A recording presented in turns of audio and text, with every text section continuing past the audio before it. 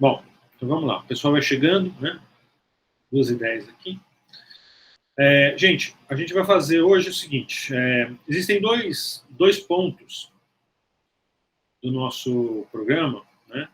Que normalmente é muito difícil dar tempo da gente conseguir abordar isso e abordar essas questões com detalhe, com as questões que precisariam ser discutidas e aprofundadas, porque são aspectos que têm uma certa importância e que a gente acaba deixando para o final, porque eles não são essenciais, absolutamente essenciais, mas que, né, seria muito mais legal se a gente tivesse tempo para isso. Né? Quem sabe daqui para frente, que a gente volte ao presencial e a gente volte a ter 15 semanas de aula, essas questões elas comecem a entrar mais quando essa disciplina for ofertada. Mas com 12 semanas fica realmente muito apertado, né? E as duas questões são o seguinte, são os design systems e as microinterações. São dois pontos da questão da interface hoje, das interfaces hoje, que elas estão muito presentes, né? Então, hoje, você trabalhar com uma interface gráfica de aplicativos e softwares, né? Principalmente para mobile, sobretudo para mobile, envolve um aspecto visual de animação, né? De coisas que aparecem visualmente, né? Às vezes até multimediática na interface, isso está muito presente, né? Principalmente nos aplicativos mobile. Para a web é menos. Não que a web não permita, ela permite, mas é menos. Mas os aplicativos mobile, isso tem sido muito presente. A gente vê isso muito nos aplicativos mais famosos, mais importantes, assim. Tem questão de animação, tem uma certa comunicação que acontece, os próprios aplicativos, a interação, ela tem todo um comportamento animado. Né? Então, isso não é exatamente chamado de animação, isso é chamado de microinteração. E a gente não tem muito tempo para falar nisso, então a gente acaba não discutindo muito aqui. Mas vamos ver um pouquinho disso hoje, só para não ficar no vácuo. E o Design Systems, né? A gente falou um tiquinho assim, de Design Systems quando a gente falou de componente, né? A gente falou de Design Systems que é que nem um brand book ou que nem um manual de marca, só que para interface. É onde a gente deixa para as pessoas que vão, de alguma maneira, interagir com essa interface, com construções que vão interagir com essa interface, ou seja, outras empresas, outras plataformas que vão precisar reproduzir essa interface em extensões, em integrações e outras coisas que precisam de uma maneira que isso esteja, né, o código, a maneira como se aplica, não só a questão gráfica, mas também as regras de comportamento e tudo mais, estejam documentadas e possam ser reproduzidas, né? Então, isso que é o Design Systems, é um jeito, a gente chama isso de governança. É uma maneira de você garantir que a tua comunicação, a tua interface, a maneira com que você traduz o que o usuário precisa, quer e está interessado, para o que precisa ser realizado em termos de serviço, que você garanta que isso atravesse para outros espaços onde a tua forma de fazer isso também vai estar presente e que não é você que vai estar construindo, né? Da mesma maneira que o manual de marca tenta garantir que a marca não seja distorcida por pessoas que vão usar e aplicar essa marca, né? Os design systems eles tentam garantir essa consistência e essa linguagem, né? Entre fornecedores, empresas, sistemas, plataformas e tudo aí. Né? Então, esses dois pontos são geralmente pontos que a gente acaba não conseguindo abordar muito durante a disciplina, mas que eu gostaria, quem sabe, um dia ter mais tempo para isso. Né? Como eu falei, o Design Systems a gente falou um pouquinho, principalmente quando a gente falou de componentes e do handoff, né? Das ferramentas que já mostram para a gente o código para implementar aquele componente, né? Como o Figma faz e o Zeppelin, principalmente, ferramenta mais usada hoje, acho que é o Zeppelin. É uma ferramenta que captura esses dados de outros softwares. Ele só serve para fazer o handoff, só para entregar as especificações, né? Então, muito da questão dos design systems acaba se resolvendo não com uma plataforma, uma documentação de design systems, mas apenas compartilhar as coisas através do Figma, né? Ou através do Zeppelin. Isso já é um início, não é perfeito, né? Mas já é um início, né? Inclusive, deixa eu mostrar aqui para vocês, deixa eu compartilhar.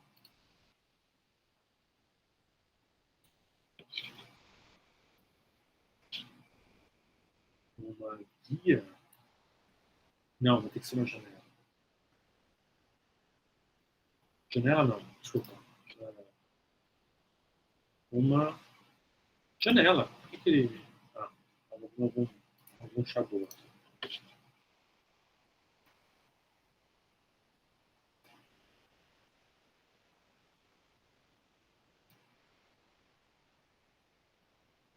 Ó, está no nosso material, tá?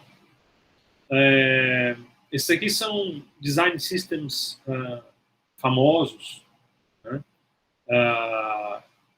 Bem conhecidos, né? E que tiveram aí, de uma certa maneira, alguma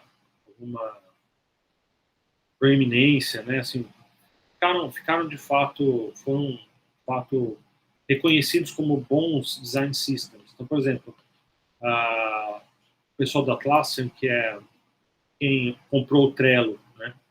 Software Trello de gerenciamento de projetos, tá? Então, né, vamos dar uma olhada rapidinho aqui no design system dele, né? Então, reparem assim, aqui na lateral, todos os elementos, né? Então, pegar aqui, por exemplo, um botão. Ó, então, o design systems, ele não é só, esse aqui é o botão, né? Aqui. E aqui está o código para você implementar isso, né? E variantes, e variações, e modificações, quer dizer, tem toda uma documentação e exemplos funcionais de como você implementa um botão. Estou falando só de um botão, né? Mas não é só um botão, são diversos componentes, ó, progression bar, paginação, né? Checkbox, tem de tudo que vocês puderem imaginar, documentado, com exemplos, com código, né? Isso é o design system, né? Então, é um manual para garantir a aplicação dos diversos componentes e da interface, né? Então, aqui vocês vão ter os melhores exemplos assim do que é um design system, né? E tem algumas falas aqui também, alguns vídeos sobre essa questão do design systems, para que eles servem, o que eles garantem, como é que eles melhoram. Se não me falha nessa fala aqui da Hayley Hughes, ela fala não é do iFood, é de alguma desses softwares importantes, assim. Deixa eu só olhar aqui para ver qual que é. Nossa, não está funcionando no navegador.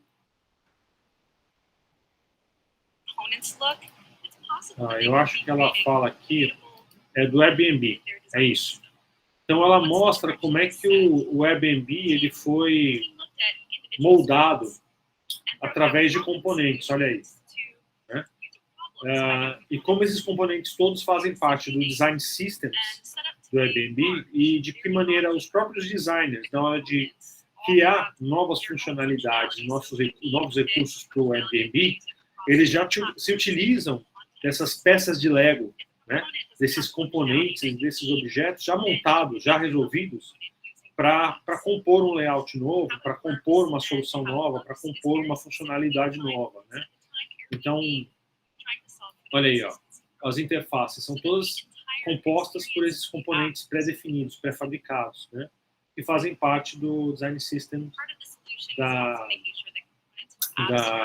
do Airbnb. E como isso também facilita muito o trabalho dos desenvolvedores, porque como são componentes definidos, existe já código resolvido para implementar esses componentes, né? Então, isso tudo resolve muito o processo de como as interfaces e essas soluções são resolvidas, tanto do lado do design quanto do lado do desenvolvimento. Tá?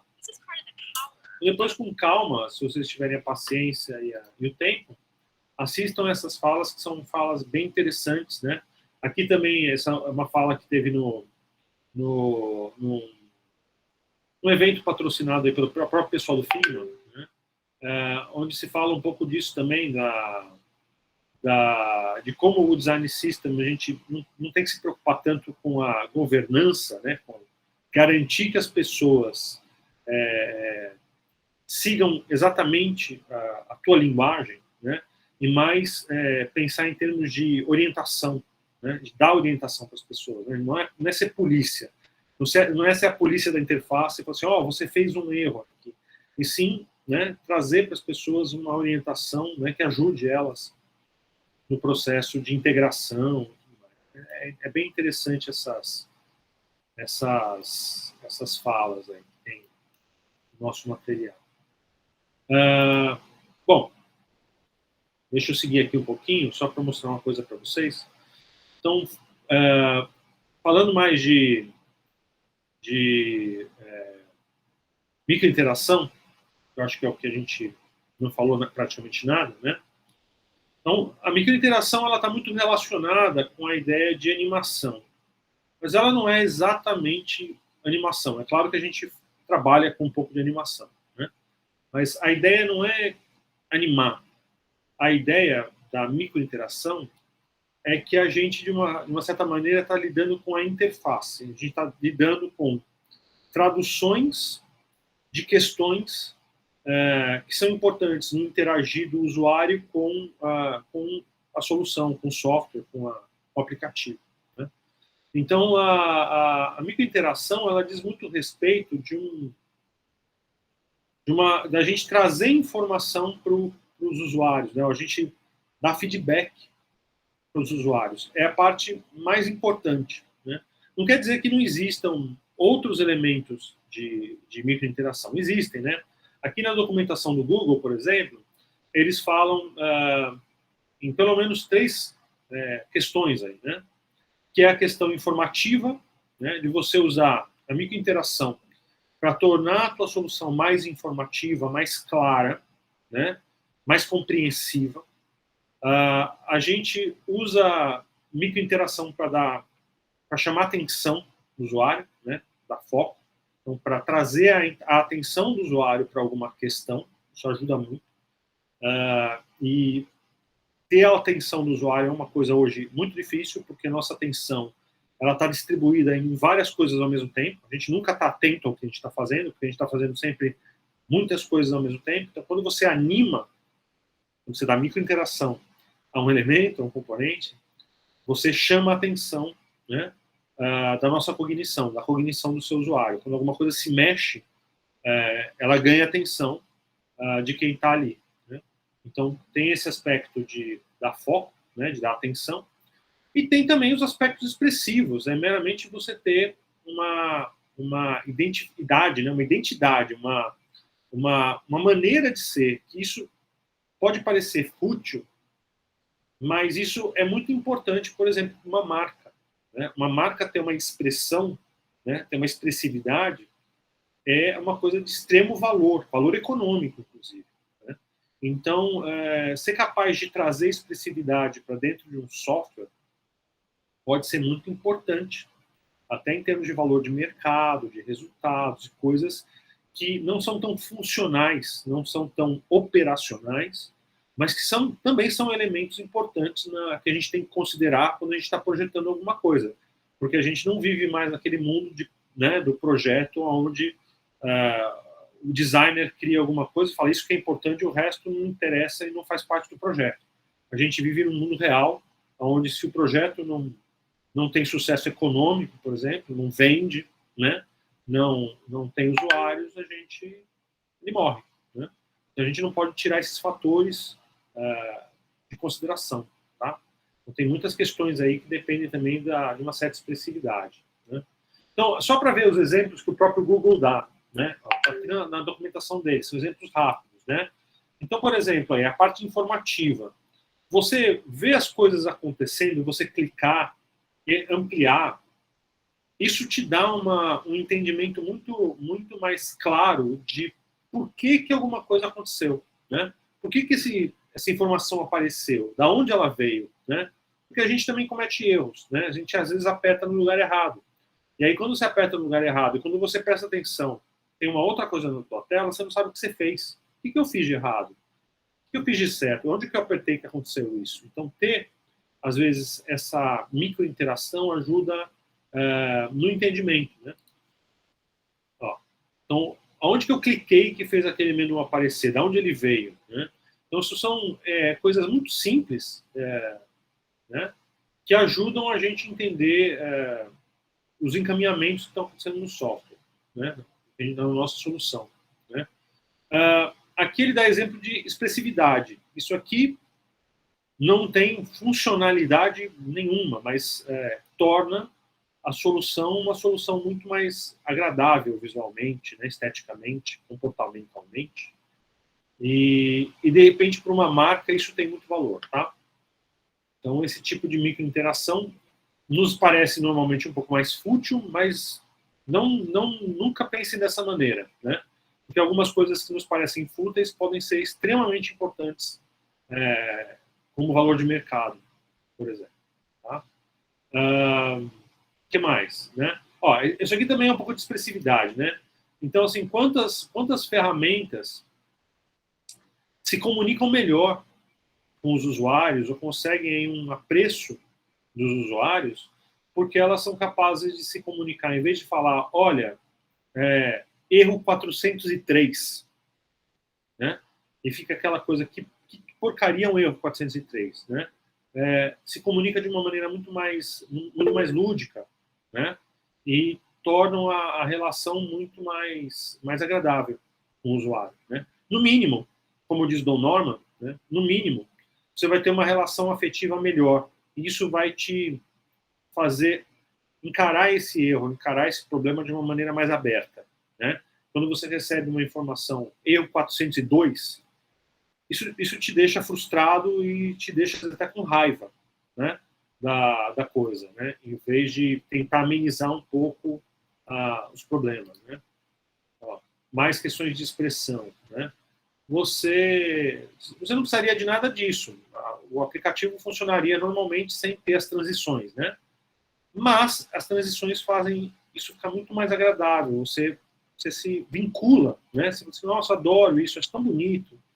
Você cria um elo, você cria uma vinculação afetiva. Isso para uma marca, para um negócio, é uma mina de ouro. Né? Então, pode não ser importante para resolver problemas operacionais e funcionais da ferramenta, mas pode ser muito valioso para uma solução, né? Uma solução digital. Né? Agora, feedbacks aqui, né? Esses aqui são bons. Feedback é um negócio super importante. Aí é o lugar onde a nossa microinteração cresce, sabe, gente? Porque olha só, isso aqui, olha como a microinteração ela pode facilitar enormemente algumas questões, tornar muito mais agradável, né? E funcional. Olha, ó. Uma mera senha. Em vez de você responder, né, com um texto, ó, senha não confere, ou a senha está errada, uma frase em vermelho embaixo, ou pior, né? O usuário aperta, manda enviar, aí demora porque tem que mandar para o servidor, aí o servidor fala, não é. Aí volta um negócio com texto que apaga a informação, fica tudo ruim, né? É uma interação péssima. Enquanto que com uma microinteração você consegue passar todas essas informações, né, de uma maneira muito dinâmica, muito fácil, muito clara. Né? Ó, você errou, vermelhinho, balança para lá e para cá, você acertou, tchum, verdinho, segue a tela. Né? Então, essas questões são boas. Outras questões também super legais de usar a microinteração, né, é quando está carregando alguma informação, para o usuário não ficar sem resposta, não ficar sem saber o que está acontecendo. Né? Então, assim, o pessoal de desenvolvimento, o pessoal de programação, não estão muito preocupados com isso. Então, você imagina, tem que fazer uma consulta no banco de dados para pegar quais são os contatos. Isso demora um pouquinho, às vezes. Demora, a resposta às vezes demora. Mas está fazendo. O desenvolvedor não se preocupa em informar o usuário que aquela solicitação está em andamento. Por quê?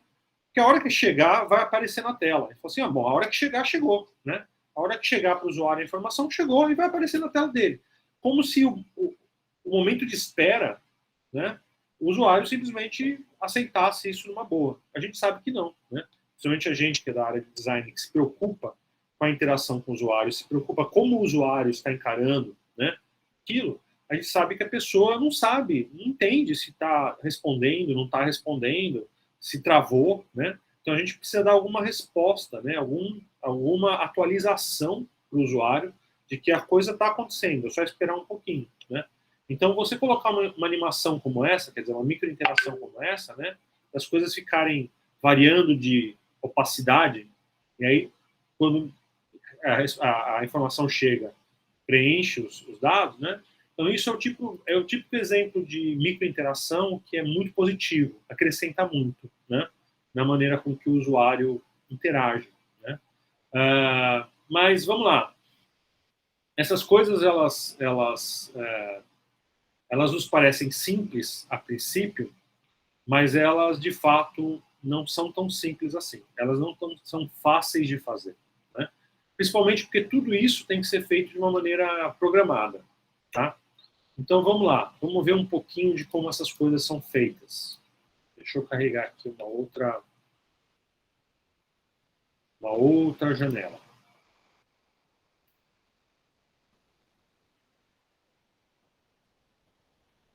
Então tá aqui, ó. Vai subir aí para vocês. Vamos ver um pouquinho com. Estou usando aqui tecnologia web, não tô trabalhando com aplicativo, estou trabalhando com a web, para ficar mais leve e mais fácil de fazer. Né?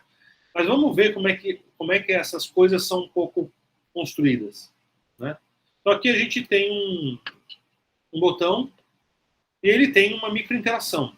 Tá vendo? Quando eu passo com o mouse, vocês não estão vendo meu mouse aí, mas quando eu passo com o mouse em cima, ele muda de cor.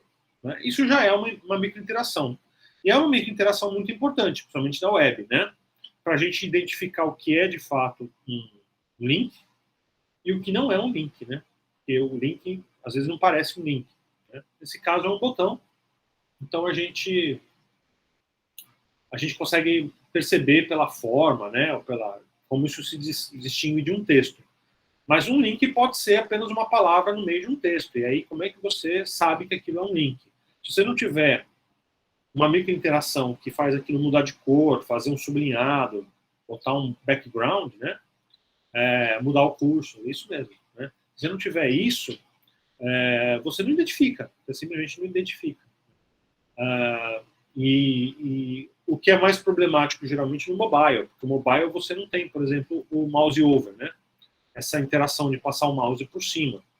Então, se você não tiver diferenças visuais mesmo claras no mobile, acaba que o usuário não sabe, não tem como saber. Tá? Mas vamos ver. Então, aqui a gente está vendo uma interação muito simples, né? Que é uma interação de mudar de cor. E essa interação é uma interação brusca.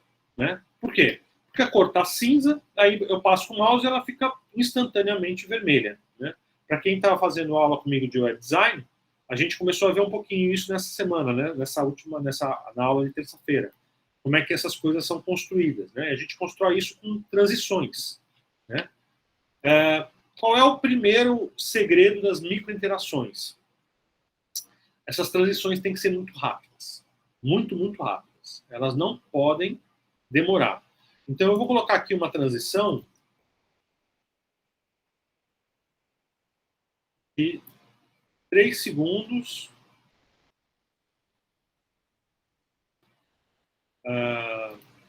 em easy in. Olha só. Pronto. Vou tirar o mouse. Olha quanto tempo leva a transição. Não dá para a gente esperar isso tudo numa interface, num software. 3 segundos é uma eternidade. né? Não dá para a gente ter interações tão lentas assim. Se vocês repararem, isso faz toda a solução parecer lenta, né? Por causa do timing dessa animação. Se a gente tivesse uma ferramenta aqui com, né, botões e não sei o que lá, o usuário ia ter uma sensação, é só uma sensação, mas é isso, de que tudo ficou muito lento, que o software está lento.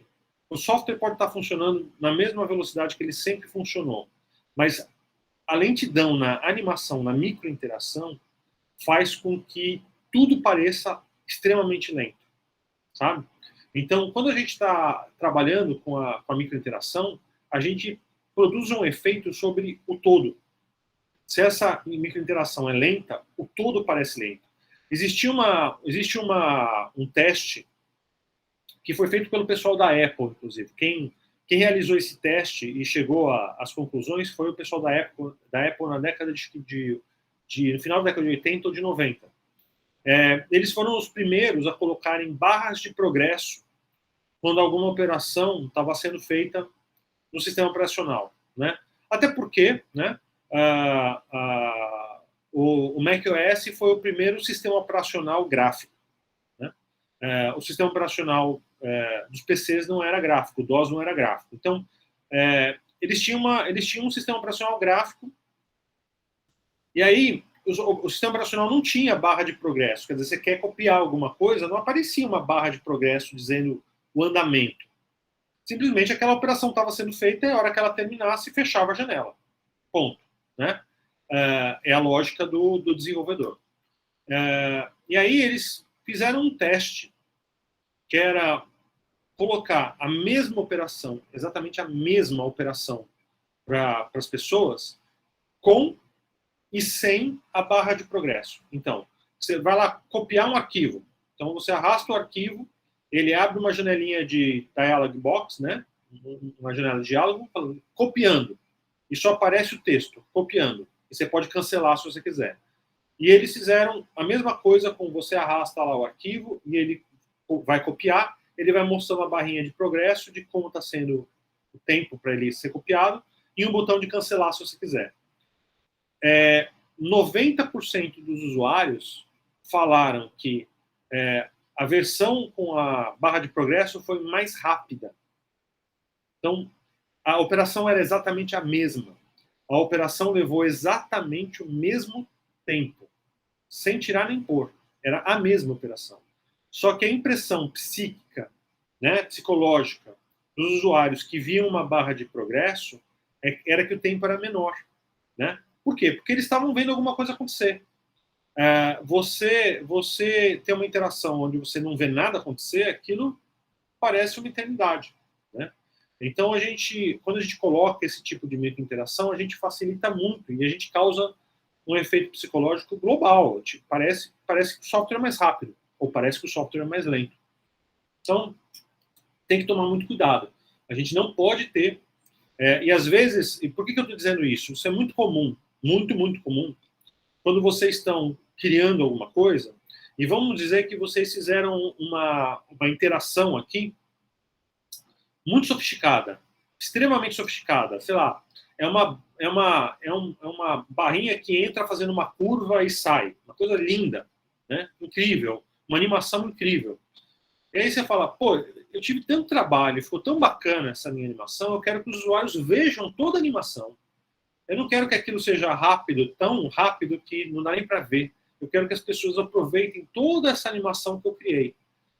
E é natural que quando a gente tem um trabalho muito bem feito e muito trabalhoso de ter sido feito, que a gente queira, de fato, que as pessoas enxerguem tudo isso. E aí a tendência é que você deixe a sua animação muito lenta, porque você não quer que ela seja... Tchum, passou, e ninguém nem viu direito. Né? Mas não pode. Infelizmente, quando a gente está falando de microinteração, elas precisam ser muito rápidas mesmo. Do contrário, elas passam uma impressão muito ruim sobre o software como um todo. Tá? Então, no máximo, né, nunca mais do que 1 segundo. Né? Jamais máximo mais do que 1 segundo. E 1 segundo já é lento. Ó. Isso já é lento. Bastante lento. tá? No geral, vocês vão usar aí 0,2, 0,3, 0,4, no máximo meio segundo de animação na sua interação. E aqui também já estou achando lento, né? No caso desse, o ideal aí é 2 décimos de segundo, né? É isso, acabou, no máximo. Tá? E vamos lá. Por que as coisas começam a ficar complicadas, né? Inclusive, deixa eu fazer uma outra coisa aqui para vocês verem. Em vez de fazer um ID, eu vou fazer isso aqui como um class. Eu vou colocar vários desses.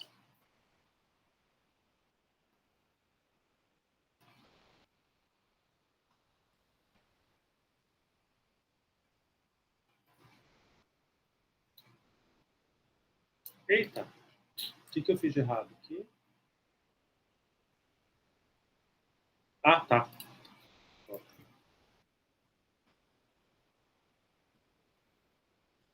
Esse efeito, né? Quando a gente tem vários elementos,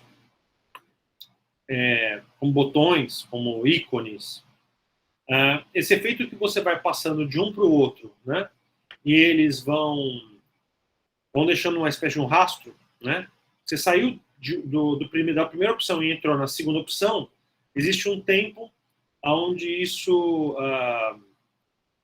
leva um tempo para apagar, né?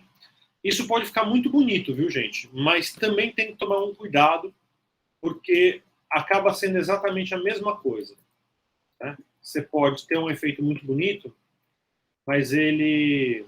Desculpa, é o contrário. Deixa eu... Mas ele também vai poder causar uma impressão de que as coisas são lentas. Ó.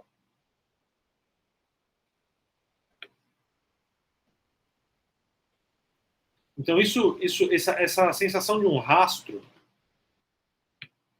de ter um rastro, né? Eu saí de um menu, passei para o outro, e aí o que eu estava antes vai apagando devagarzinho, né? Então, eu crio uma sensação de rastro aqui. Isso torna a operação do teu software lenta, né? A impressão é que está lento, tá? Então, por mais bonito que seja o efeito, que as coisas vão apagando aos pouquinhos, evitem. Evitem a todo custo trabalhar com isso. E aqui sim, né? Então a gente entende aqui uma questão que é a assimetria da microinteração. Por exemplo, nesse caso aqui, a microinteração é muito rápida quando o mouse entra. Quando eu entrei, é muito rápido. Né? Quando eu passei com o mouse por cima, é muito rápido, ele fica vermelho. Quando eu saio, ele demora para voltar ao estado original, ao estado natural. Né? Então, as animações elas podem ser não simétricas. Né? O tempo delas pode não ser simétrico. Isso causa coisas interessantes, mas existem muitos problemas também por conta disso. E não é só por causa da simetria, tá? É muito por causa do timing. Então vamos lá, ó. Eu coloquei agora um tempo que é o seguinte: rápido para aparecer e bastante lento para sair. 2 segundos, bastante lento. Então quando eu saio, para voltar ao normal, leva bastante tempo. Olha o que vai acontecer aqui, ó. Eu entrei, eu vou sair e eu vou entrar de novo. Entrei, saí, entrei de novo. Dá uma... como isso é programado, o processo que acontece nesses eventos não é um processo assim, olha, a cor está vermelha, ela vai deixando de ser vermelha e passando a ser cinza, mas se o mouse entrar de novo, eu volto a tornar essa cor vermelha. Não é isso que acontece. Ela parte do zero para virar vermelha de novo. Então, ela não pega o andamento no meio do caminho. Às vezes ela pega exatamente do ponto original. Ela vai do cinza para o vermelho tudo de novo. Né? Então, isso às vezes dá umas quebras, dá umas rupturas na animação que podem ser muito estranhas e muito ruins. Né? Então, tem que tomar cuidado, tá? Por causa desses timings. Isso é uma das coisas que se resolve muito bem quando as animações são rápidas, porque a gente não deixa espaço para que esses desencontros aconteçam. É tudo tão rápido que você não tem tempo, né? Sair do cinza absoluto para ir para o vermelho e sair do caminho na metade para ir para o vermelho é praticamente a mesma coisa, porque é muito rápido. Tá? O que mais? Outros problemas que costumam acontecer dizem respeito a... Então, deixa eu voltar aqui a coisas assim. Dizem muito respeito a estranhamentos quando a gente quer mexer na dimensão das coisas. Vocês vão reparar que quando a gente está trabalhando com microinteração, é difícil a gente tentar mexer, é raro a gente mexer no tamanho dos elementos quando a gente tem esse tipo de microinteração, né, de evento.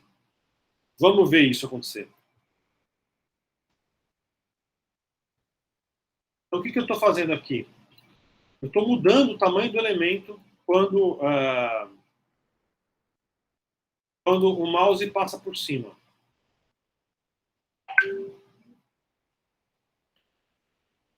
Esse é um tipo de interação que é um pouco estranha. Né? Reparem que a primeira coisa estranha nesse tipo de interação, de microinteração, é que o texto, a própria palavra, ela sai do lugar, né? E por que ela está saindo do lugar? Porque ela está centralizada no botão. Né? E o botão mudou de tamanho, o centro mudou de posição. Né? Então, vocês vão ver que esse tipo de interação com dimensão dos elementos é muito estranha. E quando a gente faz isso daqui,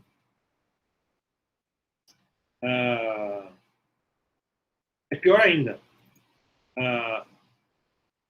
Isso é ainda pior. Né? Porque ele empurra os outros elementos. É uma situação bem complicada. Não é que não pode acontecer. Podem ter casos onde uma situação dessa é desejável. Né? Mas, no geral, mudar a dimensão dos elementos é uma coisa que pode ser problemático. Né? Porque, inclusive, eles dependendo do tamanho, você sai e você vai parar em outro elemento, né? Cria esses efeitos em cadeia que não era isso que você queria. Eu estou aqui, eu queria sair desse botão, fazer isso, mas quando eu vou para baixo, eu automaticamente entro no outro. Né? Então, acaba tendo um uso aí do usuário que é estranho, que não é o que ele queria. E ele fica inseguro com a maneira com que essas coisas acontecem. Né? Como é que a gente pode fazer modificações de dimensionamento para chamar a atenção de um elemento sem causar um pouco esses efeitos? Tá? Então, uma técnica que a gente usa é o seguinte. Normalmente, na web a gente tem os elementos, eles têm o padding, que é o espaço entre o conteúdo e a borda do elemento, e a própria borda. Né? A gente tem também as bordas dos elementos. A gente geralmente usa as bordas dos elementos para criar algum efeito. Então vamos lá. Border 10px solid red. Aqui, ó. Eu vou tirar essa transação aqui. Então, todas as bordas estão vermelhas e largas, né? Vou até colocar mais, ó.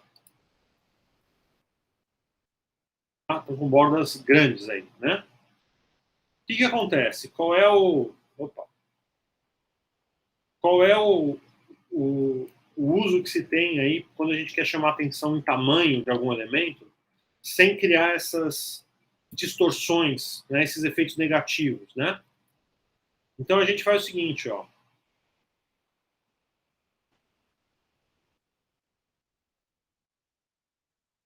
A gente deixa as bordas transparentes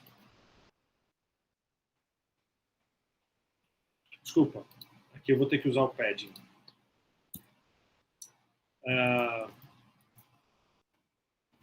Antes, deixa eu mostrar para vocês, senão vocês não vão entender nada. Porque se eu só fizer isso daqui, né? Tirar a borda e colocar a borda, era aquilo que eu não queria fazer, né?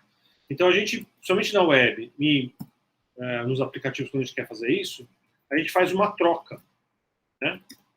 Ó, o padding é a distância entre o conteúdo e a borda do elemento, tá? Entre o limite do conteúdo e a borda tem 20 pixels em cada uma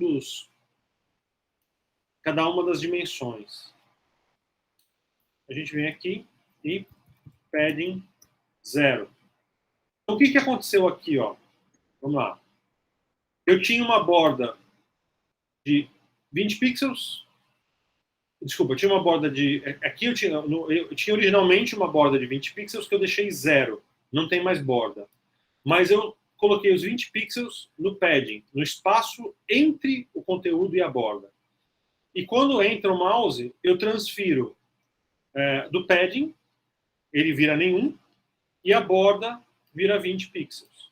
Isso só vai funcionar direito também se a microinteração for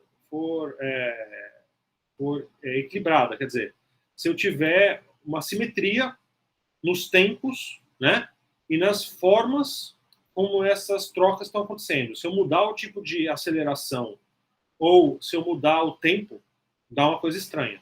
Mas vamos lá, o que eu tenho agora?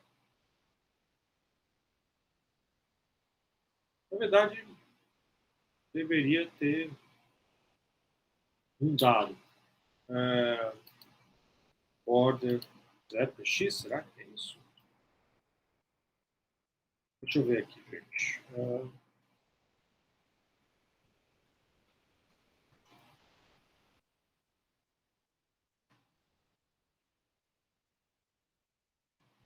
Deu algum pepino. Ele deveria ter crescido isso. Deixa eu raciocinar essa visão. Será que é a margem? Eu acho que é a margem. Ah, desculpa, é isso. Não é o padding, é a margem, gente. Eu acho que é isso. Confundi aqui, tá? É isso aqui. É isso aqui. Ó, esse efeito, né? Tá exagerado, tá? Tá muito exagerado. A gente não precisa fazer com isso tudo. Não é o padding, desculpa, é a margem. É a margem do elemento para fora, né? Que aqui era 20, ele ficava distante dos elementos em volta. Vou até colocar alguma coisa para vocês verem aqui.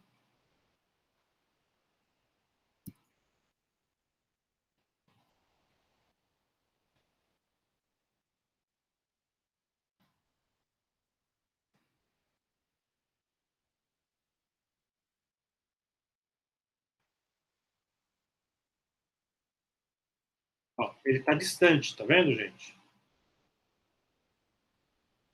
Aqui ele está empurrando porque tem uns... Então ele fica longe. Esse espaçamento é uma margem entre ele e o conteúdo. E aí há uma transferência da margem para a borda. Então aí ele começa a ficar bem perto, porque agora a margem é 0, né? E a borda cresceu no lugar da margem. Então, esse tipo de efeito, né, de fazer o seu ícone, o seu menu, né, qualquer coisa, qualquer elemento, qualquer componente crescer, a gente só consegue resolver isso direito quando a gente faz esse tipo de esquema, esse tipo de solução, tá? Do contrário, simplesmente mexer no tamanho nunca funciona do jeito que a gente espera, tá? Então, isso aqui são alguns exemplos. Agora, eu vou trocar aqui o tempo para vocês verem que dá umas melecas, ó.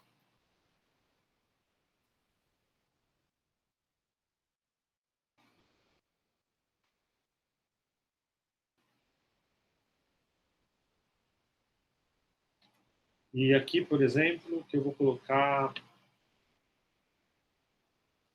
easy out.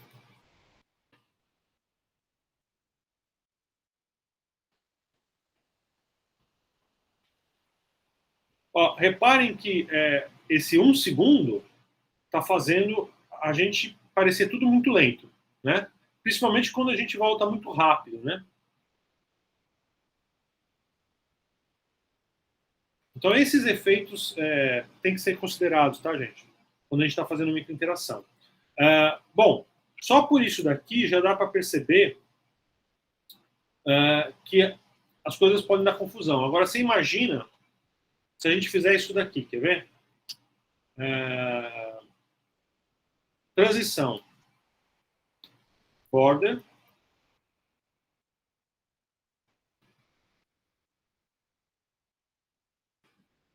Margem.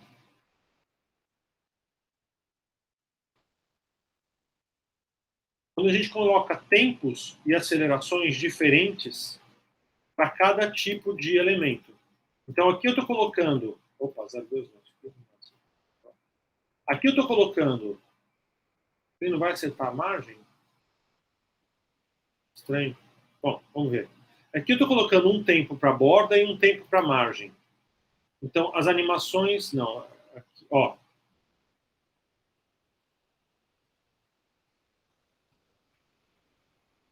Isso aconteceu porque os tempos são diferentes. Então, a borda, ela volta a ser zero em 0,2 segundos. Ó, a borda desaparece rápido. E aí o elemento vai parar lá em cima, naquele canto, porque não houve uma troca simétrica. E a margem ela só vai se modificar em 2 segundos. Então aí ele vai deslocando, né? Esse tipo de construção, principalmente quando vocês querem fazer algum efeito muito complexo, tem que tomar muito cuidado, porque às vezes não dá certo, não funciona. É esse caso aqui. Né? Não era isso que eu queria fazer, né? Mas é isso que você constrói. Tá? Então, não sei se vocês sabem, mas o CSS, o CSS permite que a gente faça animações. Tá? É possível controlar por tempo a animação de elementos, né? Como é que eles mudam, formas, né? Deslocamentos, tudo isso você consegue controlar com CSS. Né? Mas se você dá muito trabalho, né? E tudo tem que ser programado, né? Então o problema da microinteração é esse, que não é uma ferramenta de animação onde você desenha e a coisa acontece. É todo um processo programado, né? Deixa eu achar aqui um site para vocês verem como isso pode ser bonito. Sem species, CSS, deixa eu ver se eu acho ele. Pieces, achei. Espera aí que eu vou colocar para vocês. Uma janela.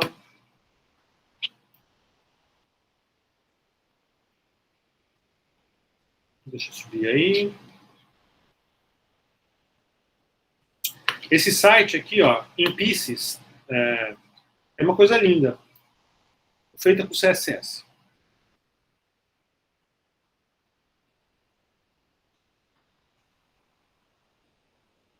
É pura microinteração, né? Na verdade, é o exagero, né? Quem fez isso é um craque de CSS e fez isso para mostrar que sabe fazer, né? Que consegue fazer, né?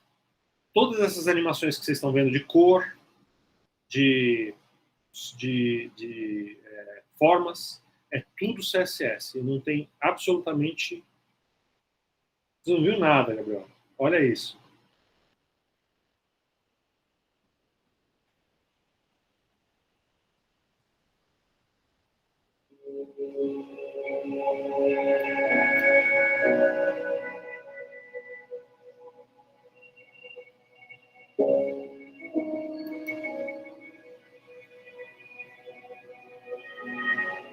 É incrível, né?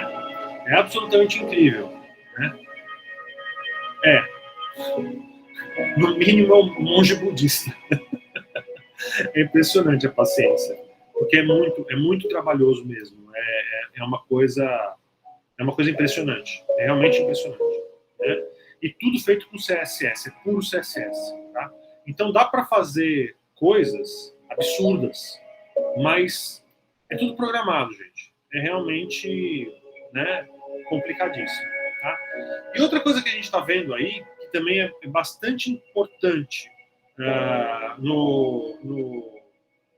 microinteração, né, é o som.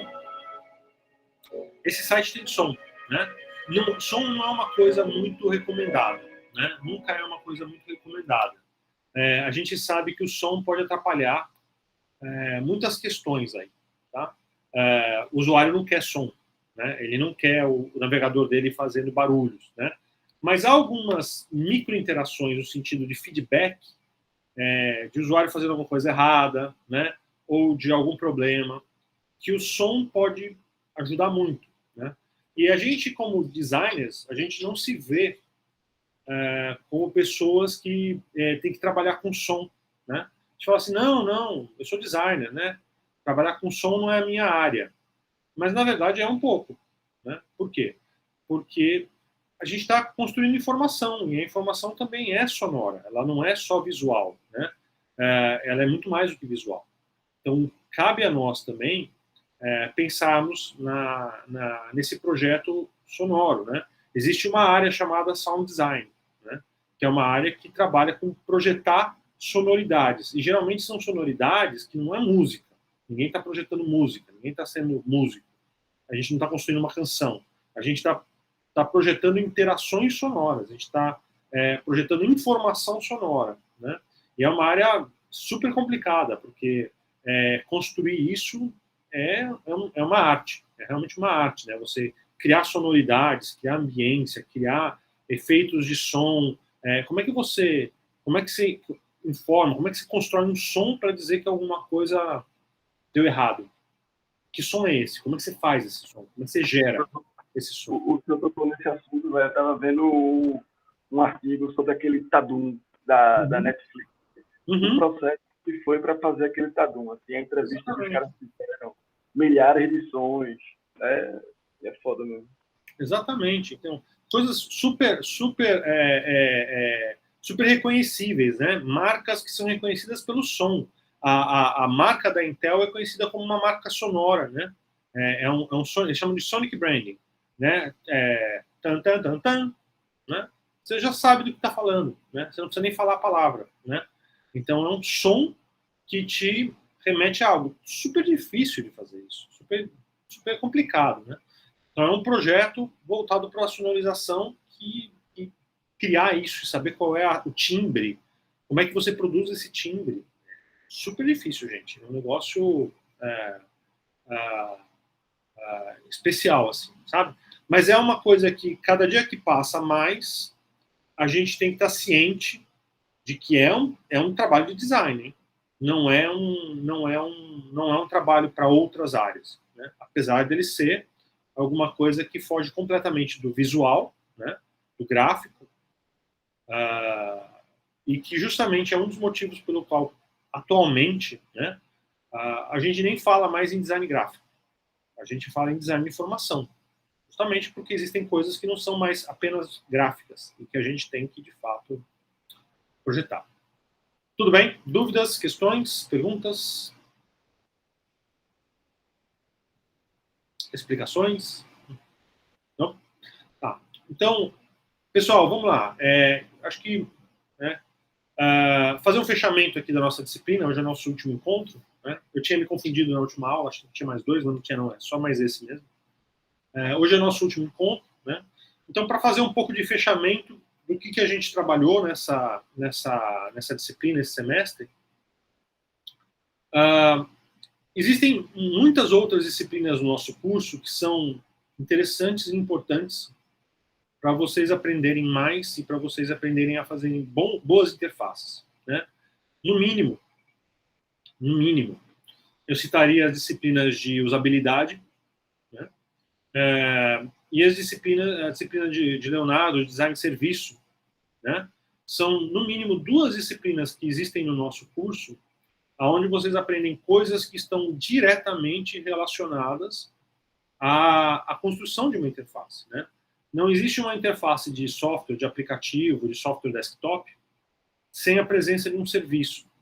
Então, você não consegue projetar uma interface sem projetar o serviço também, né? Não é desassociável, né?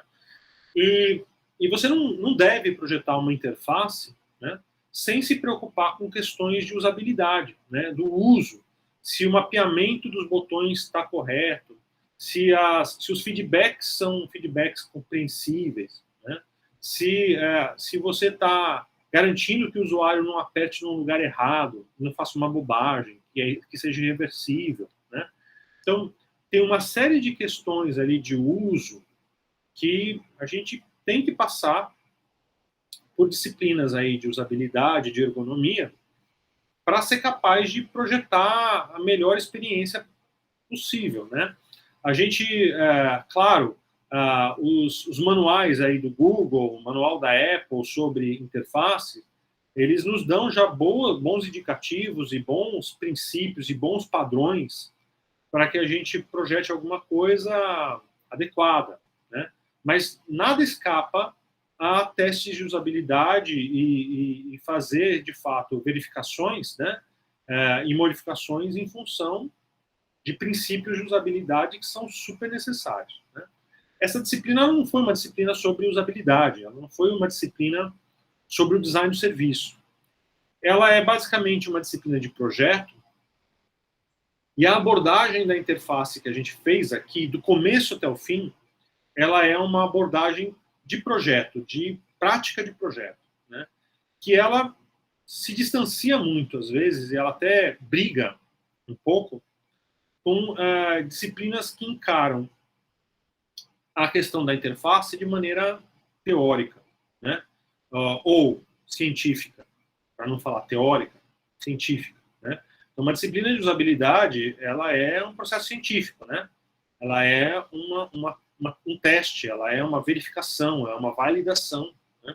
Ela é um processo que tenta levantar dados e chegar a conclusões a partir de experimentos reais, né, feitos sobre a interface. Não foi isso que a gente fez aqui. Apesar de que a gente falou várias vezes em testar com o usuário, validar com o usuário, a nossa abordagem aqui é uma abordagem de prática projetual. É como a gente constrói isso na prática, ainda que você depois pegue ali uma questão de usabilidade e vá fazer testes e vá verificar se funciona. E vamos lá, né, gente? Projetar, como eu já falei várias vezes aqui para vocês, ele não é um processo perfeito intelectualmente. Quer dizer, eu visualizo alguma coisa, eu já sei o que eu tenho que fazer, eu construo e funciona, e dá certo. A gente sabe que o projetar não é assim. O projetar a gente visualiza, imagina, né, alguma coisa, coloca ali, no que eu já estou colocando isso graficamente, visualmente, materialmente, já percebo que tem umas questões que não eram bem assim, imaginei uma coisa, mas na hora de desenhar já vi que não era isso, não está bom. E na hora que eu vou construir, percebo uma série de outros problemas, né? E vou descobrir uma série de coisas no meio do caminho, né, que eu nem imaginava, né? Então, o projetar, ele é um processo aí, não vou dizer que é de tentativa e erro, porque não é tentativa e erro, a gente tem orientações, né? A gente tem algumas guias para saber o que a gente está fazendo, a gente não está testando tudo, mas a gente passa por descobertas de coisas que a gente vai vendo que projetou errado, né? E como o pessoal da IDEO sempre fala, e é uma das boas falas do pessoal da IDEO, quanto mais rápido a gente errar, melhor, né? A gente vai errar. Então, o processo projetual é um processo de errar, né? Você vai errar e você vai, a partir do seu erro, polindo e aperfeiçoando a tua solução, o teu projeto, né? o teu objeto projetual, até que uma hora você chegue em um ponto que ele vai continuar tendo erros, mas que os erros são tão pequenos e tão mínimos, né? E tão de impacto tão pequeno, que você até fala assim, não, eu vou lançar esse produto com este erro mesmo, e aí eu vou corrigir esses erros a longo prazo, porque eles não são coisas tão críticas, né? E aí você coloca no mercado alguma coisa que tem falhas, e aí você vai depois lançar atualizações para corrigir, né? porque não é perfeito. O projeto nunca é perfeito, né? O processo de projeto ele sempre vai carregar algum tipo de erro, né? E ele vai sendo feito em cima dessas aperfeiçoamentos. Então, essa é a grande diferença da abordagem dessa disciplina aqui para as abordagens que vocês vão ter em outras disciplinas que também lidam com questão de interface. É que a visão do projetista e da prática do projetista, ela não vai ser uma visão, ela não vai ser uma abordagem utópica, né? Ou, né, que busca aí como se o saber, né, o saber que a gente tem sobre a usabilidade, por exemplo, sobre o design emocional, por exemplo, se aquilo fosse suficiente para te dar guias que não te permitem não errar. Assim, ó, se eu seguir o que está aqui, eu não erro. A gente, no fazer do projeto, né, no frigir dos ovos, a gente sabe que não é assim que a coisa funciona. Que mesmo com todo esse know-how, a gente erra. Né? Então, o conhecimento projetual nos guia por outra forma de saber, né? que não é tão científico, né? Que não é tão, é só seguir aqui a receita que você não precisa nem consultar o usuário, né? Não é assim que funciona, tá? Então vocês vão encontrar diversas questões que não casam entre o conhecimento que a gente desenvolveu aqui, as habilidades e competências que a gente desenvolveu aqui, com as habilidades e competências que vocês vão aprender em outros campos, né?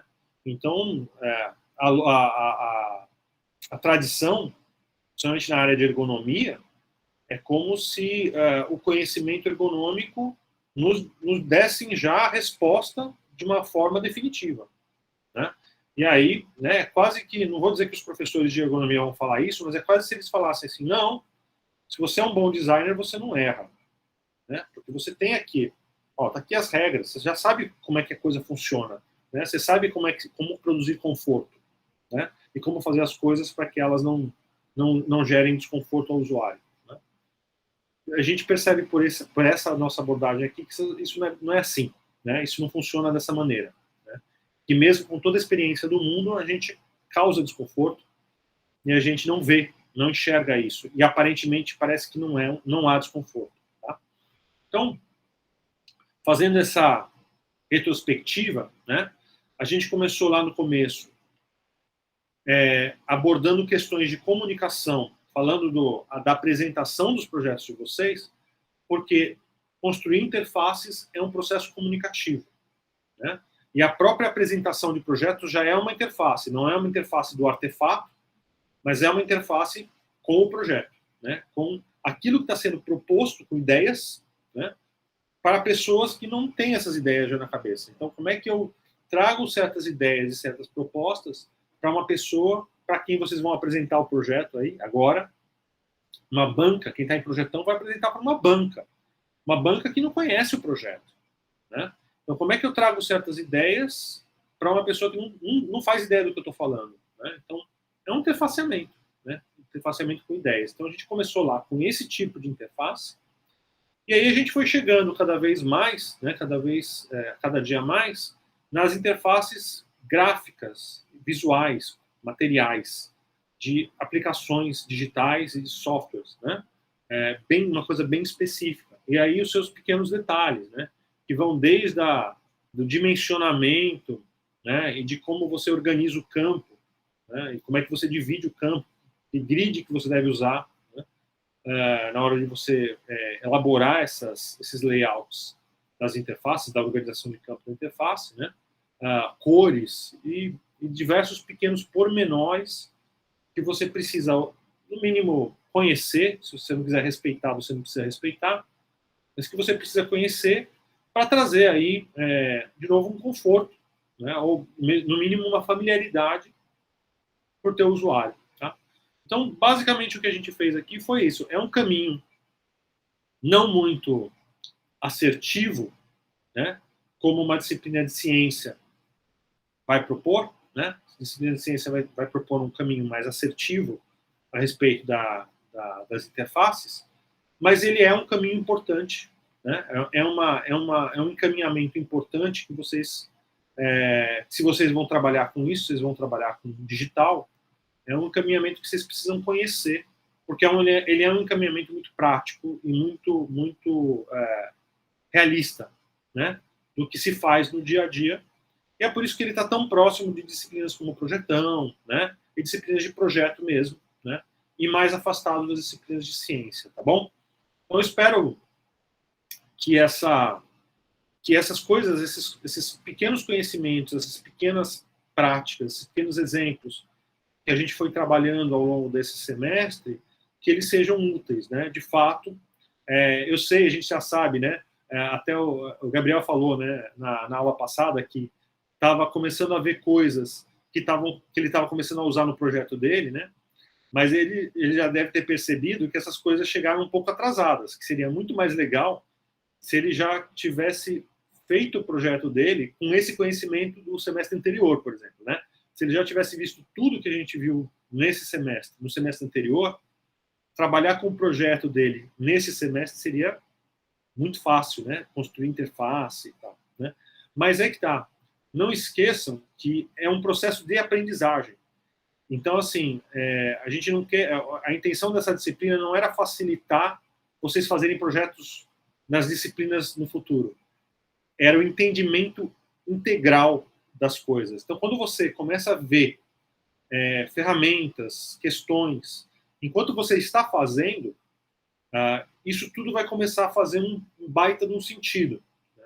E aí sim, daqui para frente, quando vocês começarem a trabalhar com essas coisas, seja no estágio, seja no emprego, seja no estudo de vocês, né? Essas recordações e essas conexões, elas vão vir com tudo, né? E aí você vai saber de fato como proceder, né? Então era essa experiência que a gente queria proporcionar para vocês, tá? Talvez ela não tivesse sido tão produtiva como ela pudesse ser para resolver os trabalhos, mas enquanto experiência de ensino, de aprendizagem, ela conecta as coisas de uma maneira muito forte, né? Até quando ela chega um pouco atrasada. Ela, putz, se eu soubesse disso, eu não tinha feito tal coisa na semana passada. Só o reconhecimento deste fato já é um aprendizado. Já mostra para você que você entendeu alguma coisa de uma maneira muito profunda, né? Você entendeu o quanto esse conhecimento era vital, era crítico, para você ter, no mínimo, trabalhado de uma maneira mais inteligente, né? Então, o sentir isto, o sentimento, né, a sensação que você carrega com isso já cria em você um sentido disso tudo, já cria um conhecimento ali, já dá sentido a esse conhecimento, sabe? Então, a intenção foi um pouco essa. Existem possibilidades que poderiam ser mais produtivas para vocês, né, facilitar a vida de vocês. Existiam possibilidades que o aprendizado ia ser mais intenso e mais forte. A gente opta, né, inclusive o grupo de projetão, opta sempre por esse caminho, que é um caminho tácito. A gente sente na pele, né? Vocês sentem na pele o aprendizado, né? Então isso vai ganhar, né, vai ganhar sentido, e não apenas uma facilitação, tá? Então era isso que a gente queria ter trazido para vocês. Eu sei que, né, acho que na maioria dos alunos não está em projetão, né? Foi fazendo outras coisas, TCC, outra disciplina de projeto, né? Mas tudo bem, né? Eu espero que a experiência da disciplina tenha também construído essa sensação, né, de que as coisas que vocês estavam vendo de um lado, né, se complementavam um pouco com o outro, e que agora vocês saem dessa experiência de todas as disciplinas juntas com um entendimento agora de como vocês deveriam ter procedido desde o começo, né? Agora vocês já carregam isso com vocês, tá? Então acho que foi essa a intenção, né? Espero que isso tenha acontecido, né? Tomara que tenha acontecido, né? Se não para todos, para a maioria, né? Que bom, Pedro. Que bom que isso ganhou corpo aí com vocês, tá? E agora... Diga. Depois da última aula que eu participei, eu faltei 2 aulas agora por causa do trabalho, velho. Mas eu reformulei tudo, velho, do meu projeto, assim. Saí daquela onda... Fui para a internet mesmo, para o web design. Porque fazer desktop app é muito limitado. Muito do que o senhor falou hoje mesmo, dessa coisa de micro interação. O cara quer fazer quer tá entendendo? Quer personalizar, quer fazer uma animação, uma transição, e não tem. Isso. Joguei tudo para web e, pô, foi a melhor coisa que eu fiz, véio, apesar de ter dado um trabalho, mas foi legal. Aí, professor, também teria uma dúvida, porque chegou para mim essa pergunta, né, do trabalho final que o senhor postou. Desculpa se eu estou chegando atrasado e o senhor já falou isso daí também. Mas quais são as diretrizes que a gente tem que entregar? Tem que entregar o PDFzão e um exemplo com demo. Pode ser o seu pitch, pode ser um documento, pode ser o que você quiser colocar ali para que eu possa ver o teu projeto, né? Pode ser o que for mais fácil. Pode ser um link de uma página que fala do projeto, pode ser um documento em PDF do projeto. Coloca isso online, manda o link. Por quê? Porque é minha obrigação ir atrás dos projetos de vocês, né? Como eu falei isso para vocês lá no começo, né? Sou eu que tenho que ir atrás dos projetos de vocês que vocês fizeram, para olhar para o projeto de vocês e ver, né, que há um trabalho de interface e há um aprendizado que vocês tiveram de como melhorar esse projeto, né? Aqueles que estão em projetão, isso vai ser feito no Demo Day, né? O próprio Demo Day isso vai aparecer, né? Mas os que estão em outras atividades, um TCC, alguma coisa assim, TCC também é fácil, você manda o teu TCC, pode botar lá o teu TCC, não tem problema, né? Então eu vou ver a solução de vocês e falar, tá aqui. Então, só que os outros, no teu caso, por exemplo, que está fazendo em relação ao trabalho, né? Não é uma coisa tão simples, não tem um demo day para mostrar, mas mostra lá, coloca um PDF do teu trabalho, coloca um vídeo do teu trabalho, e eu vou poder ver a tua interface, ver o que você trabalhou, tá? E a gente teve as nossas discussões aqui, né? Muitos de vocês mostraram, né? Os projetos, né? Então eu lembro dos projetos, eu conheço os projetos, tá? Então isso não vai ser ignorado no processo, tá? E não existe um critério assim, se tiver bonito você ganha 2 pontos, se tiver colorido você ganha, não tem isso, porque a interface não é isso. E mais do que isso, aí eu lembro para vocês uma coisa que a gente sempre fala em projetão, tá? A gente tenta olhar mais se houve algum crescimento, né? Se houve alguma mudança. Por quê? Porque o professor não tem condição de avaliar se a solução de vocês é boa ou é ruim. Os únicos que têm condição de avaliar se é bom ou se é ruim são os usuários de vocês. São essas pessoas que vão avaliar se é bom ou é ruim, né?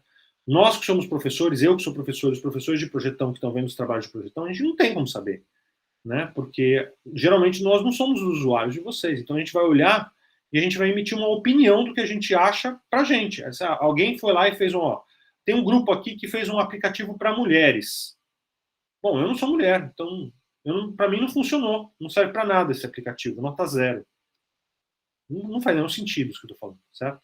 Então quem é que tem que avaliar o projeto de vocês são as pessoas que são de fato os usuários desses usuários. Então não dá para eu virar e falar assim, olha, esta interface é muito boa, né? Porque eu estou me baseando no que exatamente para falar isso, né? Como eu falei para vocês, essa não é uma disciplina de ciência, né? A gente não ensina guias ou regras de como fazer e se você seguiu essas regras vai dar certo. A gente ensina exatamente que isso não funciona, né? Na prática isso não funciona. Então o único jeito da gente verificar o que funciona e o que não funciona é indo lá com o usuário, testando com o usuário, mostrando para o usuário, colhendo feedback, né? Então é esse processo constante de refinamento, tá? Então não há um elemento que eu olho e falo assim, esse projeto está muito bom, esse projeto está muito ruim. Não é isso que a gente está vendo. A gente está tentando ver de que maneira vocês mudaram, de que maneira vocês cresceram, de que maneira vocês transformaram alguma coisa em função da experiência que vocês tiveram. E nem é um conhecimento específico, nem olha, o Guilherme ensinou a gente rapidinho como é que usa o Figma. Então é isso, né? Eu aprendi a usar o Figma. Não é uma coisa em específico. Você pode não ter usado o Figma, você pode ter usado qualquer outra ferramenta, né? Então, mas aquilo que a gente falou na aula, mostrando lá alguma coisa no Figma, de alguma maneira mudou, né? A tua experiência, mudou a maneira com que você enxerga o que você está fazendo. Então é isso que era importante, né? É vocês terem saído de um lugar e ter chegado em outro, de uma maneira que a partir de agora a prática de vocês vai ser uma prática melhor. Melhor por quê? Porque o resultado é melhor? Nem sempre. O resultado também não depende muito da gente. Se você tiver um cliente ruim, né, que quer as coisas da pior maneira possível, você pode ser o melhor designer do mundo. o teu resultado vai continuar sendo ruim, porque o teu trabalho é fazer o que esse cliente quer. E às vezes esse cliente quer que você faça um troço ruim mesmo. E não é... Temos casos onde a visão do cliente é uma visão que você não concorda, mas ele tem razão, né? É um cliente que entende o público dele, fala assim, o meu público quer assim, né? Não tem jeito, eles querem assim, então faz isso, não tem como escapar. E às vezes ele tem razão e você não enxerga isso porque você quer fazer uma coisa boa, mas o público dele não quer. E às vezes você tem razão e ele está completamente equivocado, né? Ele quer um negócio ruim porque ele acha aquele negócio ruim bom e você está tentando mostrar que aquilo é ruim, tem coisas melhores e ele não aceita. Então o resultado não depende integralmente da gente. Eu sempre falo isso, né? A gente é como médico, né? Nossa profissão, a gente age como médico. O médico vai lá, diagnostica uma doença, fala assim, esse cara está com, sei lá, está com pneumonia. Eu preciso que ele tome antibiótico, né? E aí eu vou lá e receito para ele, toma antibiótico 3 vezes por dia durante 2 semanas. Aí esse cara vai para casa e ele não toma antibiótico, esquece. Vai melhorar? Não vai. Aí eu só vendo, o médico é ruim, o médico não está te curando. Não é o médico que está te curando se você não toma remédio, né? Então, o nosso trabalho, ele não é um trabalho que depende exclusivamente de nós. Se nós não tivermos a cooperação, né, de outras pessoas com quem a gente está trabalhando, o resultado não vai dar certo no final, certo? Então é difícil também a gente olhar para o design como se o resultado for bom, é bom. Porque às vezes não depende do resultado, né? Depende do processo. Design é processo, né? Então a gente precisa entender um pouco do processo. A gente precisa entender como as coisas saíram de um lugar e chegaram no outro, né? Independente do resultado, tá? Então não se preocupem muito com essas questões. Os quesitos, né, não são quesitos muito objetivos e não são quesitos muito de muita variação na nota, né? O fato de você ter feito um projeto já é a nota, né? Ó, tem um projeto aqui, tem um projeto que foi trabalhado a partir do que foi discutido na sala de aula. Isso já é um quesito, tá? Então, a própria entrega já é um grande quesito, né? Alguma variância sempre tem, né? Dependendo de alguma coisa que a gente enxerga ali, né? Você diz, olha, eu lembro de ter visto esse projeto lá em setembro e não mudou muita coisa, né? Não teve muita diferença. Talvez você não vá receber um 10, né? Mas também não vai receber uma nota 8 por causa disso, né? Vai receber uma nota 9, 9,5, alguma coisa assim, tá? Então, não tem grandes variâncias também, esses quesitos, tá? Para vocês não ficarem preocupados a respeito da nota. Porque a nota é o menos importante nesse caso. A nota só é importante por causa do ranking, né? Se não fosse esse maldito ranking, a nota não seria nada importante. Tá bom? Tudo bem? Alguma dúvida? Alguma questão? Eu sei que vocês se preocupam muito com nota, tá? Eu entendo. Eu entendo bem. Não, por mim, tá tranquilo. Foi ótimo. Maravilha. Apesar de eu ter 2 aulas aí, últimas 2 aulas, foi bom. Foi bom pra caramba. Estão gravadas lá. Se quiser ver, tá tudo gravado. Mas eu acompanho muito pelo site, velho. Eu, na verdade, também queria parabenizar o senhor, porque esse site que você faz é sempre muito, muito positivo. Por causa da recorrência da experiência, né? Esse tá ruim porque tá faltando coisa, mas eu vou melhorar depois. Vocês vão continuar tendo acesso. Tá? O Rafael perguntou sobre o link do projeto de extensão. Qual o link do projeto de extensão, gente? Que exatamente vocês estão querendo saber? Alguém sabe? O projeto de extensão, quando você o formulário, então, formulário, Rafael, você recebeu por e-mail. Quando você fez o teu cadastro, você recebeu um e-mail do Google Form com as suas respostas, que você pode alterar. Não tem como você alterar as respostas sem o link deste e-mail, porque se você entrar lá de novo, você vai fazer um novo cadastro. E um novo cadastro não vai dar certo, tá? Então, busca nos teus e-mails, se você não lembrar qual que tá, o e-mail que você recebeu, e aí você vai ver que tem lá um linkzinho para você alterar suas respostas. Você vai clicar lá, ele vai abrir suas respostas no formulário e você vai poder modificar.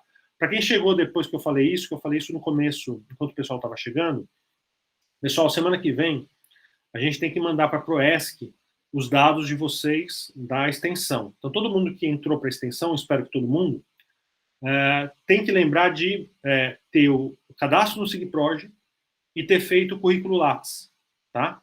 As duas coisas, é só ter o cadastro, não precisa ter nenhuma informação lá, não precisa ter nada no teu Lattes, você só precisa ter o Lattes, tá? Então, vocês têm que entrar no Lattes e no SIGPROJ, ter um perfil nessas duas plataformas, voltar lá no formulário e falar, tem o perfil no Lattes, tem o perfil no SIGPROJ. Quem falou que não tinha, tem que falar que tem, depois de fazer. Não precisa mandar link deles. Por quê? Porque isso é capturado pelo sistema, pelo CPF de vocês. Mas vocês precisam ter. Se vocês não tiverem isso, a Proesc não valida. Entenderam? Então a gente vai mandar isso provavelmente no final, no sexta-feira que vem. A gente vai mandar isso para a Proesc. Então todas essas informações de quem está no projeto de extensão tem que estar atualizadas. Se não tiver, perde a extensão, tá? E não tem volta, tá? Evitem. Aconteceu já. Aconteceu com alguns alunos, que, como eu estava falando, alunos que falaram, não, eu coloquei tudo lá no formulário, está tudo certo, e não voltou lá para olhar. E não tinha feito. Esqueceu que não tinha feito, não fez, e ficou sem. E depois falou, não, mas não tem como. Eu falei, não tem como. Depois que foi para a Proesc, já era. Quem não tem as informações, perdeu a extensão. Randall, em design do nosso curso tem um forms também da UFPE de requerimentos de atividades complementares, inclusive a coordenação encaminhou mais que uma vez. Nós devemos, além de completar o formulário, que eu já fiz há um tempo, o do projetão, a gente deve incluir essa atividade complementar nesse formulário? Então, qual é o procedimento agora para vocês requererem as cargas horárias de vocês? Então, assim que o semestre terminar, e que foi tudo lançado e tudo resolvido, a gente vai gerar os certificados. Você vai ter um certificado de que você realizou essa extensão. E aí você coloca aqui justamente em documento comprobatório, né? Exatamente. Que tem aqui. Isso. Beleza. Porque eu estava aqui aberto e eu estava em dúvida, eu ainda não tenho isso. Isso, exatamente. Porque para você requerer que isso seja transformado em atividade complementar, você tem que ter um documento de comprovação. Então, a gente vai gerar os documentos de comprovação para todos os alunos, aí você vai ter isso e aí você vai poder solicitar que isso seja transformado em atividade complementar, que é a tua carga que você precisa no curso, tá? Então, aí, no caso, é no final do período, né? A gente vai tentar facilitar isso o mais rápido possível. Acredito eu que vocês já vão ter esses certificados esse ano ainda. Às vezes demora um pouco por causa da Proesc, que aí você só consegue o certificado no ano que vem, no começo do ano que vem, né, no outro semestre. Né? E aí você pede as tuas ATCs assim que tiver o certificado. Tá? Isso é um processo contínuo. Né? Então, assim, toda vez que você fizer alguma coisa... eu fiz um curso numa empresa, né, fui lá na Saga fazer um curso de animação, um aluno que faz.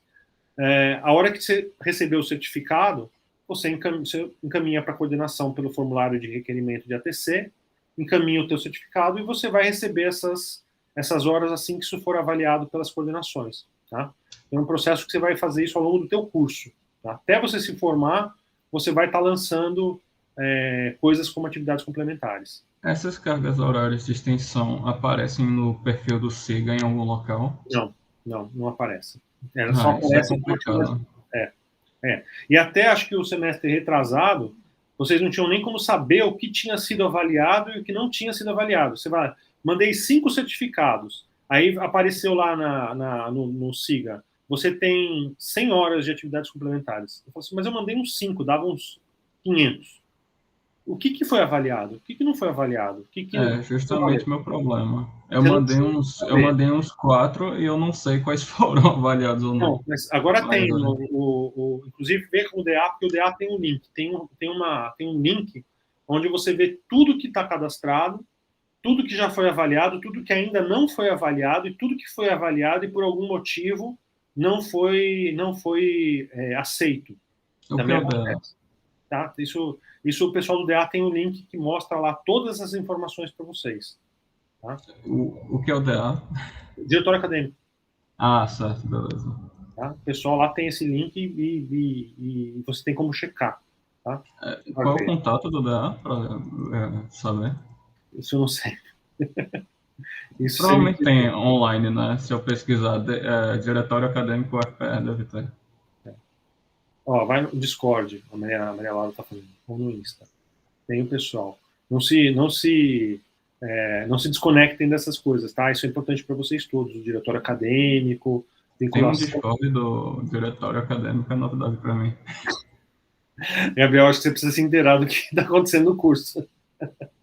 Véi, eu tenho Discord e a galera tá falando do Discord, sendo que, tipo, o Discord hoje em dia tem até você procurar por instituição acadêmica, né? Aí eu procurei, mas eu só achei um server pequeno da UFPR. Aí, ó, o Instagram é o DADEUFPE. Aí, entrem lá, verifiquem isso com o DA, que eles têm todas essas informações. Eu não vou lembrar de cor, não. É muita coisa, a gente não sabe, para achar que vai demorar um tempo para descobrir. Mas está tudo funcionando e está tudo lá. Toda vez que uma atividade complementar ela é avaliada, a Ana Emília, que é a coordenadora que quem faz isso, ela vai lá na planilha, fala, isso aqui foi avaliado, tem tantas horas, isso aqui foi avaliado, tem tantas horas. Então vocês têm um extrato. Todos os alunos têm um extrato de tudo que foi avaliado e dá para saber, tá? E dá para vocês acompanharem, tá bom? Mais alguma dúvida, gente? Mais alguma questão? Diga, Giovana.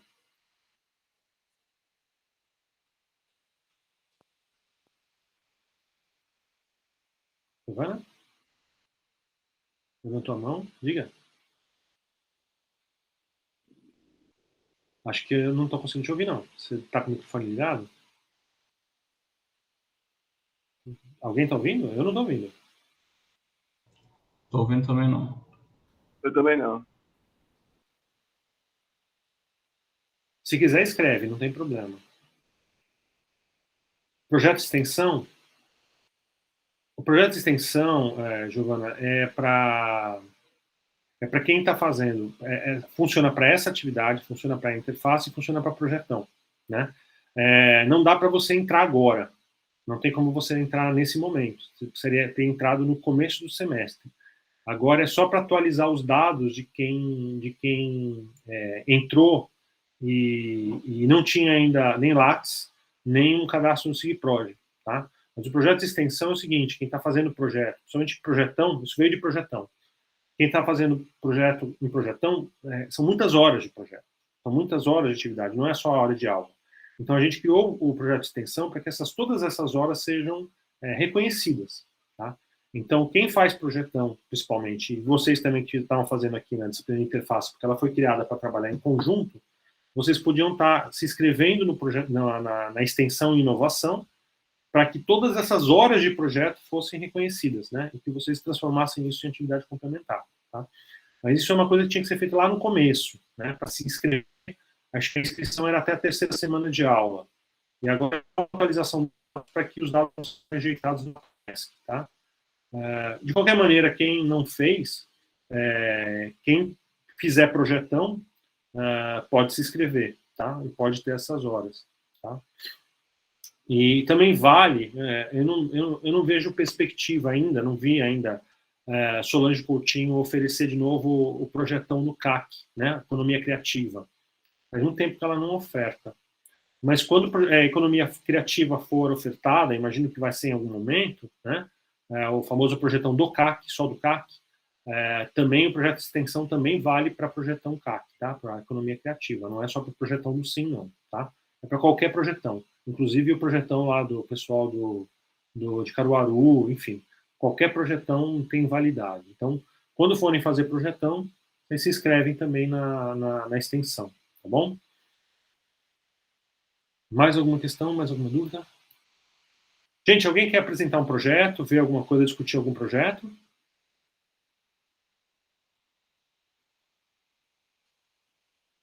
Não? Sim, não? Não? Então tá bom. Bom, agora, por hoje e pelo semestre, é só, né? Eu vou depois colocar lá no nosso Classroom o link para o Demo Day de projetão que vai acontecer no dia 21, acho que é a segunda-feira, 21 é segunda-feira, não sei se é 21, 22 ou 20. 20, eu acho. É a última segunda-feira de aula, pela manhã.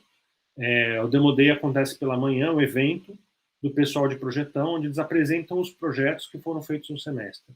É muito, muito bacana. É um momento realmente impressionante de vocês verem o profissionalismo, né? O realismo, quanto os projetos são de fato projetos de mercado, sabe? São coisas para lançar mesmo no mercado. É impressionante a apresentação. Vale a pena todo mundo assistir, principalmente quem não cursou, nunca viu o projetão, não sabe do que se trata. Vale a pena ver, né, a disciplina, a apresentação, o evento, porque realmente é sempre impressionante, tá? Vocês não acreditam que vocês são capazes de fazer aquilo, mas vocês são. Então vocês vão ver projetos e vão assim, não, eu acho que eu não sou capaz de fazer um negócio desse funcionar. E quando você faz projetão, vocês fazem, tá? Então é um aprendizado impressionante. Vale a pena todo mundo assistir. E se não quiser fazer projetão, também não tem problema. De qualquer maneira, vale para ver o projeto dos colegas, ver o que os outros colegas estão fazendo, que é realmente muito bacana. Tá? Eu coloco lá no Classroom para vocês, no mural. E já está lá no Classroom o linkzinho, a atividade para vocês enviarem um link com qualquer projeto de vocês que vocês desenvolveram esse semestre, trabalhando as interfaces, para depois a gente fazer a avaliação para quem não está em projetão. Quem está em projetão eu vou ver de qualquer forma, tá? Quem não está em projetão, mande por lá. Tá? Então é isso, gente. Aliás, quem tiver em projetão também manda por lá, só para ter certeza, né? Para garantir que eu não veja que é o projeto de alguém aqui, tá? Só para se certificar. No geral, eu vou saber. Né? Não tô tão maluco assim, né? Mas vocês sabem que a coordenação deixa a gente, às vezes, muito maluco mesmo, pode acontecer. Então, só por garantia, bota lá o link para o pitch, tá? Só por desencargo de consciência, tá bom, gente? Mas eu espero que eu não chegue nesse ponto, não. Não chegue no nível de Alzheimer. Nem que o UFPE consegue isso da gente. Digam, alguém tem mais alguma dúvida? Levantaram a mão aqui. Professor, eu não estava achando o link pelo e-mail, mas eu consegui achar aqui o formulário. E agora, no caso, seria obrigatório a gente definir o tema, né? Que a gente está trabalhando. Se você não tiver coloque no outros, não tem problema, né?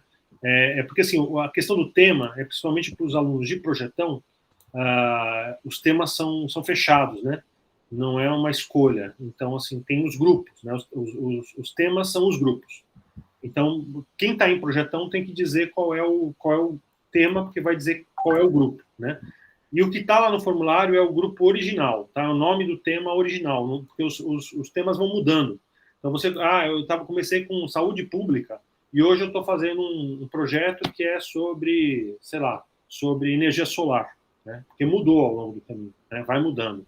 Mas tem que indicar qual era o tema original lá, porque vai fazer a ligação com o grupo e vai registrar tudo isso no observatório de projetos, tá? No caso, não pode deixar como não definido, né? Se você está em projetão, não. Se você está em projetão, não. Se você não está em projetão, está fazendo outra coisa, pode deixar como indefinido. Porque quem está em TCC não tem aquela informação lá. Certo. Tá bom? Se você não lembra, veja com o seu grupo qual era o tema original do grupo. Principalmente para quem mudou de grupo, isso pode ser difícil. Daí ver com o grupo qual era o tópico, o tema original. Porque é isso que vai te colocar no grupo certo. Senão todas as suas notas vão estar erradas depois. Você vai receber a nota de outro grupo. Isso pode ser bom, pode ser ruim, né? Tá bom, gente? Então é isso. Nos vemos no Demo Day. Quem for participar e ver, assistir o Demo Day, né? De resto, fiquem todos bem. Cuidado com o excesso de trabalho, cuidado com a concentração final dos trabalhos, né? E nos vemos semestre que vem, com certeza em alguma disciplina e alguma atividade, tá bom? É isso. Fiquem todos bem, gente, com saúde. Abraço. Obrigado, professor. Qualquer dúvida a gente pode mandar no Classroom também. Coloca lá no Classroom, manda por e-mail, não tem problema. Tchau, professor. Obrigado pelas aulas. Obrigado, professor. Tchau, professor. Obrigado. Até o próximo semestre. Até mais. Os que queriam ver alguma coisa, podem. Acho que saiu. O Norbert saiu.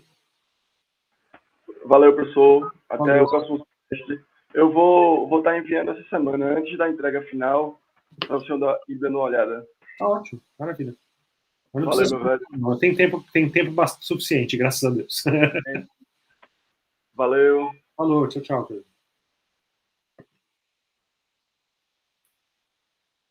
O Robert e o... Eles falaram que queriam conversar, mas acho que... Não sei. Bom, tá bom.